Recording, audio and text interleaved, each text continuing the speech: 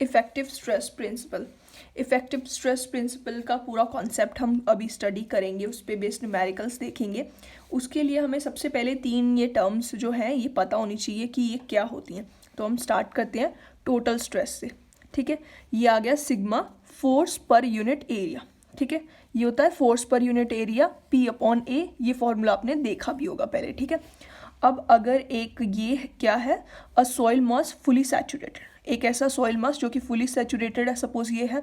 ठीक है, और इसके लिए हम अगर वेट निकालें, वेट यानी कि ये P, वेट ऑफ सॉइल। ठीक है, अब इसका वेट क्या हो जाएगा, गामा सैचुरेटेड इनटू वॉल्यूम। ठीक है, यही होगा। और अगर हम वॉल्यूम को देखें तो वॉल्यूम को हम लिख सकते हैं H/A। H क्या, हाइट ऑफ प्रिज्म, इसी की हाइट, जितना ये सॉइल मास है जो कि फुली सैचुरेटेड है उसकी हाइट, ये आ जाएगी गामा सैचुरेटेड इंटू H/A। ये हो गया P। अगर हम इस फॉर्मूला में अब इसको पुट करें तो ये हो जाएगा sigma is equals to P/A, यानी कि gamma saturated into H/A/A।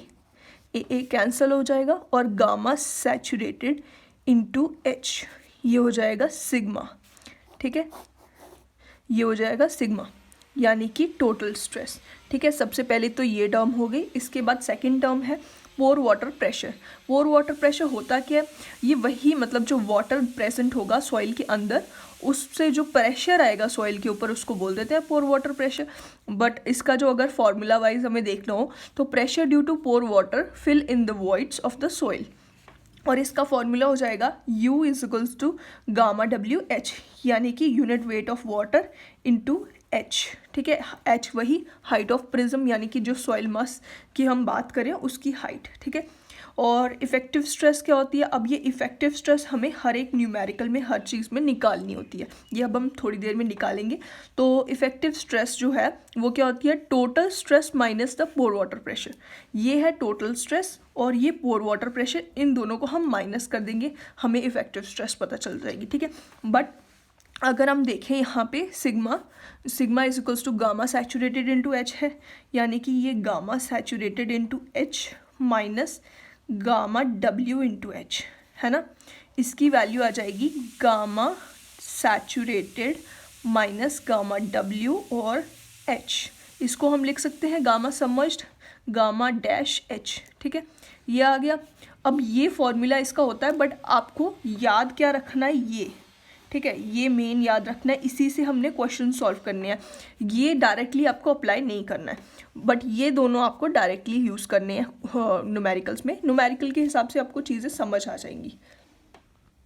Effect of water table fluctuation on effective stress. अब एक इफेक्टिव स्ट्रेस पे वाटर टेबल की फ्लक्चुएशंस का क्या इफेक्ट पड़ेगा, अब हम वो देखेंगे। ठीक है, और इसमें हम सॉल्व करेंगे, मतलब निकालना हमने क्या है, इफेक्टिव स्ट्रेस निकालनी है सेक्शन XX पे।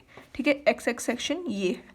ठीक है, तो सबसे पहले तो फॉर्मूला आपको याद ही होगा इफेक्टिव स्ट्रेस का, मैंने अभी अभी बताया, sigma bar is equals to sigma minus U। ठीक है, U है ये, यानी कि पोर वाटर प्रेशर और ये टोटल स्ट्रेस। ठीक है, तो ये फॉर्मूला का यूज़ करके हमने निकालना है effective stress eight section XX।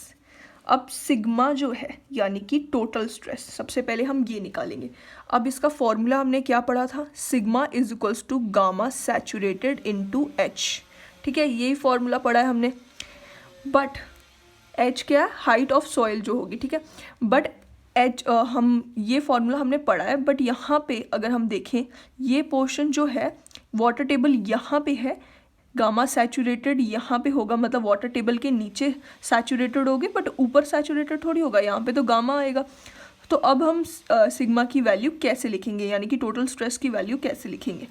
अब इसके लिए हम डायरेक्ट ये फॉर्मूला नहीं लगाएंगे, इसके लिए हम लिखेंगे gamma is sigma is equals to gamma into gamma कितने पोर्शन तक है, ये है H1, यानी कि H1 प्लस ये कितने पोर्शन तक है, गामा सैचुरेटेड H2 तक है, क्योंकि हमने निकालना यहाँ तक है तो बस हम इतना ही लिखेंगे गामा सैचुरेटेड इंटू H2। ठीक है, ये हो गया हमारे पास टोटल स्ट्रेस। अब पोर वाटर प्रेशर कितना होगा, पोर वाटर प्रेशर का फॉर्मूला क्या है, पोर वाटर प्रेशर का फॉर्मूला है गामा W यानी कि unit weight of water into H, यही फॉर्मूला था। अब ये भी हमने पढ़ा जो। अब ये याद रखना है कि यहाँ पे तो हमने गामा और गामा सैचुरेटेड लिख दिया, बट जब भी हम पोर वाटर प्रेशर, क्योंकि पोर वाटर प्रेशर मतलब कि वाटर की वजह से जो प्रेशर है सॉइल पे, अब गामा W ही हमेशा रहेगा, ठीक है, ये याद रखना है आपको, ठीक है। म्यू के यू की वैल्यू हो जाएगी, पोर वाटर प्रेशर की हो जाएगी। अब वाटर टेबल यहाँ पे होगा, उसके नीचे ही पोर वाटर प्रेशर होगा, उसके ऊपर पोर वाटर प्रेशर नहीं होगा, ये भी आपने याद रखना है। वाटर टेबल के नीचे ही पोर वाटर प्रेशर होगा, यानी कि H2, सिर्फ H2 पोर्शन पे पोर वाटर प्रेशर है। और यहाँ पे क्या आएगा, गामा सैचुरेटेड उसके लिए था, अब यहाँ पे पोर वाटर प्रेशर के लिए आ जाएगा गामा W, हमेशा गामा W लिखना है आपने। अब sigma bar is equals to sigma minus U, यानी कि total stress minus pore water pressure. अब टोटल स्ट्रेस हमने क्या निकाली है, gamma H1 plus gamma saturated H2 minus क्या करना है, पोर वाटर प्रेशर, यानी कि गामा W H2, ये आ गया। अब इसको अगर मैं और अच्छे से लिखना चाहूँ तो ये हो जाएगा, H2 कॉमन निकालूंगी इन दोनों में से, और ये आ जाएगा gamma saturated minus gamma W, ये आ जाएगा gamma H1 plus H2 gamma dash, यानी कि सबमर्ज्ड, ठीक है। ये आ जाएगा हमारा सिग्मा बार। ये है हमारे पास इफ़ेक्टिव स्ट्रेस, ये हमारा इफ़ेक्टिव स्ट्रेस इस तरीके से निकलेगा अगर वाटर टेबल जो है वो इधर है, ठीक है।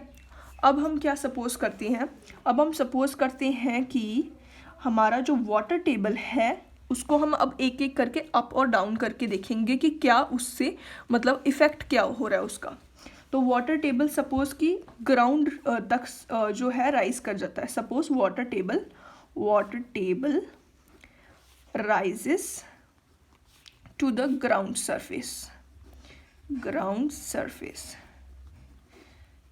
सरफेस पे राइज कर जाता है, मतलब यहाँ पे वाटर टेबल है, मतलब ये पूरा गामा सैचुरेटेड हो गया।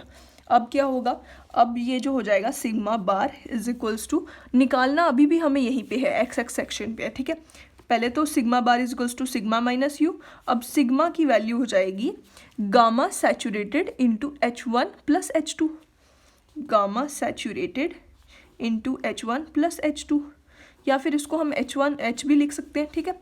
ये हो जाएगा गामा सैचुरेटेड इंटू H, ये पूरा H है, ठीक है।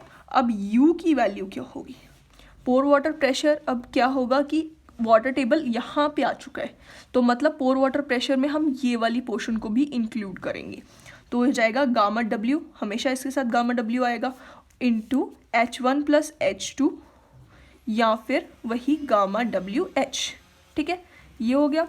अब sigma bar is equals to sigma minus U, यानी कि gamma saturated H minus gamma WH, ये हो जाएगा H गामा डैश या फिर गामा डैश H, एक ही बात है, ठीक है। ये आ गया इसकी value is equals to sigma bar. अब अगर सपोज हम करते हैं कि वाटर टेबल नीचे आ रहा है, suppose water table is at XX, मतलब कि इस पोर्शन पे ही वाटर टेबल है, तो क्या होगा, पहले हम निकालेंगे, पहले फॉर्मूला लिख देती हूँ मैं फिर से, sigma bar is equals to sigma minus U, ये फॉर्मूला आपको हमेशा रट जाना चाहिए, अच्छे से याद हो जाना चाहिए। तो सिग्मा क्या हो जाएगा, सिग्मा हो जाएगा, अब वाटर टेबल बिल्कुल नीचे आ जाएगा, तो ये आ जाएगा गामा इंटू H, ये हो जाएगा। और U की वैल्यू क्या होगी, अब यहाँ पे वाटर टेबल आ चुका है, तो U की वैल्यू क्या हो जाएगी, निकाल भी हम यहीं पे रहे हैं, U की वैल्यू 0 हो जाएगी, ठीक है। पोर वाटर प्रेशर जहाँ तक वाटर टेबल होगा वहीं तक निकलेगा, उसके नीचे ही निकलेगा, मतलब ऊपर नहीं निकलेगा, तो मतलब सिग्मा बार क्या हो गया, गामा इंटू H, मतलब कि U की जो टर्म थी वो माइनस होनी थी, वो नहीं हुई, इसका मतलब ये वैल्यू जो है बढ़ गई, वाटर टेबल नीचे होने से सिग्मा बार की वैल्यू यानी कि इफेक्टिव स्ट्रेस की वैल्यू बढ़ गई। और अगर वाटर टेबल अप हुआ और उससे क्या हुआ, सिग्मा बार की वैल्यू कम हो गई, क्योंकि U हमने पूरा, ये U आ गया ना, ये नेगेटिव टर्म है, ये इतने पूरे के लिए U आया है, इसका मतलब सिग्मा बार की वैल्यू जो है वो क्या हुई है, कम हो गई है, इसमें माइनस की ज़्यादा वैल्यू आ रही है, तो इसका मतलब सिग्मा बार की वैल्यू अगर वाटर टेबल अप हो जाएगा उससे कम होगी, यानी कि इफेक्टिव स्ट्रेस की वैल्यू कम होगी, और अगर वाटर टेबल डाउन होगा तो उससे इफेक्टिव स्ट्रेस की वैल्यू ज़्यादा होगी। इसके बाद वाला पोर्शन हम नेक्स्ट वीडियो में डिस्कस करेंगे।